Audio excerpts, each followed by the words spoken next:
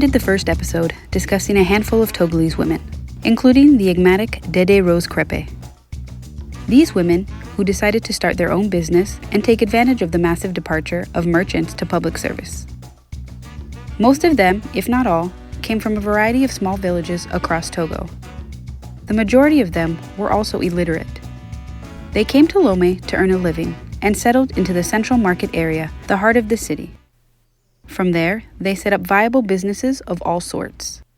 The objective of these women was twofold: to replace the merchants who had become civil servants, and also to revive the Dutch wax trade, which until recently was overrun in West Africa. And this is what they succeeded in doing, quickly securing a quasi-monopoly on the trade, showing a remarkable solidarity between them, making it almost impossible for new competitors to enter. A cartel of some sort, which Dede Rose Crepe would later say, "If we have succeeded better than our neighbors, or the women of neighboring countries, it is because we have never backed down from work." In the early 1970s, they even managed to sign an exclusive agreement with the Vlisco African Company to control national and regional distribution.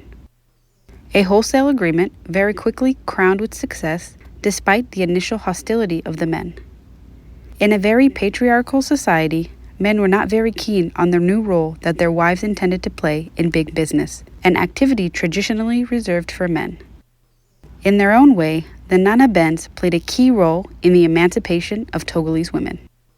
The revival of the Dutch wax trade marked the beginning of the fabulous saga of the Nana Benz, which lasted a little over 20 years. In the 1970s and 1980s, their market spread from Burkina Faso to the Congo via Mali, Niger, the Ivory Coast, Benin, and Nigeria. In countries where consumer goods are still rare, women, but also men, literally ran to buy these fabrics. Showing an astonishing business sense, they took out low-interest loans from the CAV, resold the fabrics with comfortable profits, which they then invested in high-interest loans to their clients. This was the Lomé Business School without the expensive tuition fees.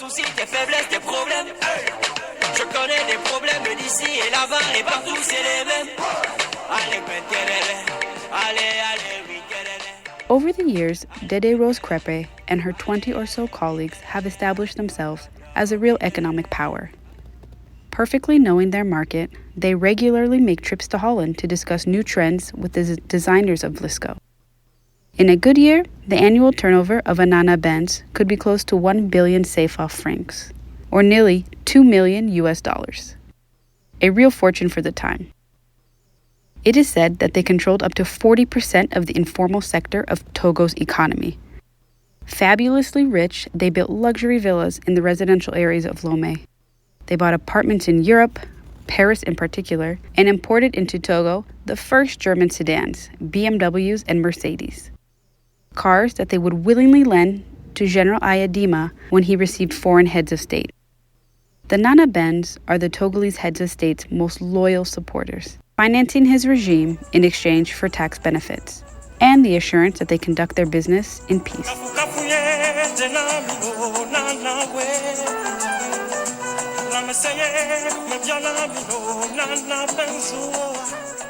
The Nana Benz empire was the lifeblood of the Togolese economy, but it eventually faltered. In the early 1990s, Nigerian women began to make wax, and they learned the technique. Made of thick fabric and printed with wax, Nigerian waxes sold all the better because they were much cheaper than their Togolese counterparts. 12,000 CFA francs compared to 60 or 90,000 CFA francs.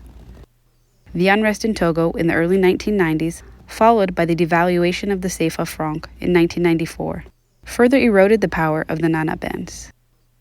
But the real coup de grace came from China. In the early 2000s, the Chinese entered the Togolese market on a massive scale, flooding the country with wax fabrics manufactured in Shanghai and sold at a tenth of the price of Nigerian wax. For the Nana Benz, it was the end of the Golden Age. History in general is full of golden ages that announce the end. End of the Golden Age, but not of history. Because if they were weakened by the massive arrival of Chinese fabrics, the genial traders of Togo did not disappear. They even passed on their business to their daughters, the Nanettes, who are now the new generation of Togolese fabric traders. Often trained in the best business schools, they compete with creativity and imagination to keep the tradition of their mothers alive. My African cliché of the day is entrepreneurship. Whatever one may think about these women, one must also recognize their genius, their intelligence, their strategic thinking, and their perseverance. I never really understood what it takes to be an entrepreneur, even on a small scale. But my recent experience in writing and self-publishing a book that you certainly know about by now if you've been listening to me for more than the past 10 minutes. This experience has opened my eyes and made me admire even more the people who undertake such ventures.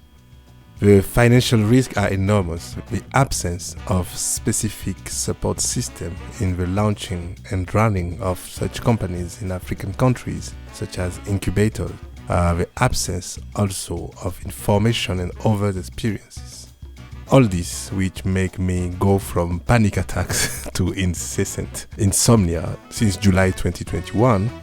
All this, as I said, make me admire even more today the Nana Benz who did this in a much more difficult situation. And all these people who, like the Nana Benz, have one day in their lives tried to start a new project.